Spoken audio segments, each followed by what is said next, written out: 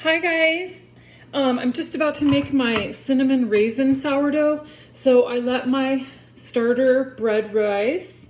After the first rise, I punched it down and I've been letting it sit. I took my normal recipe and cut it into thirds. So I made 2 regular loaves and this is my other third of the dough. So I'm going to show you how to turn this into cinnamon raisin bread real fast. So I take it out. I sprinkle a little bit of flour on the surface you're working on. And then I'm going to roll it into a rectangle that is going to roll up and fit into my greased loaf pan. So real quick, I'll show you how I do that. I don't do it too thin. I'm just going to roll it up after I put my plumped raisins and my cinnamon and sugar on. Okay, so it doesn't have to be perfect. It's going to rise again in my loaf pan and it's going to get all fluffy then. Okay, so I've got a rectangle. This rectangle I'm going to cover now with different items. Okay, so the first thing I did this morning was I took some raisins that were kind of dry, not very exciting, and I poured boiled water. I would say it's about a half a cup of raisins. I poured boiling water over my raisins and I've let them sit there about 10 minutes. I'm gonna go drain them with my little sieve real quick.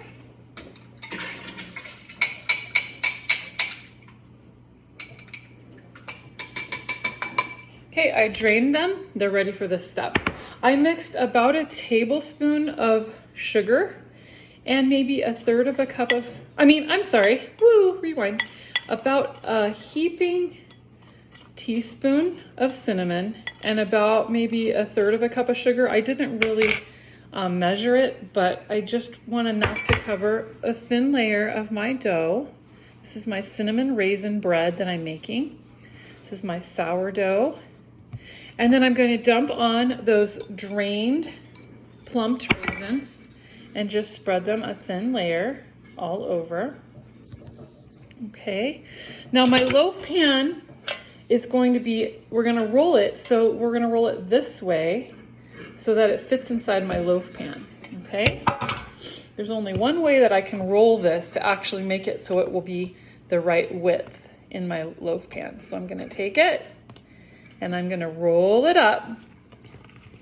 Okay, and then I'm going to show you this part. I pinch the top because all that cinnamon, sugar, raisin stuff will get all gooey while it's baking. Okay, so I pinched it really well. My loaf pan has to be greased well, especially the bottom, it will stick. And I put my seam side up. Okay, so I kind of squished it because it was a little too long. And I'm sticking it inside my loaf pan. See it? Okay, then I cover that with saran wrap or plastic wrap and let it rise for the second rise.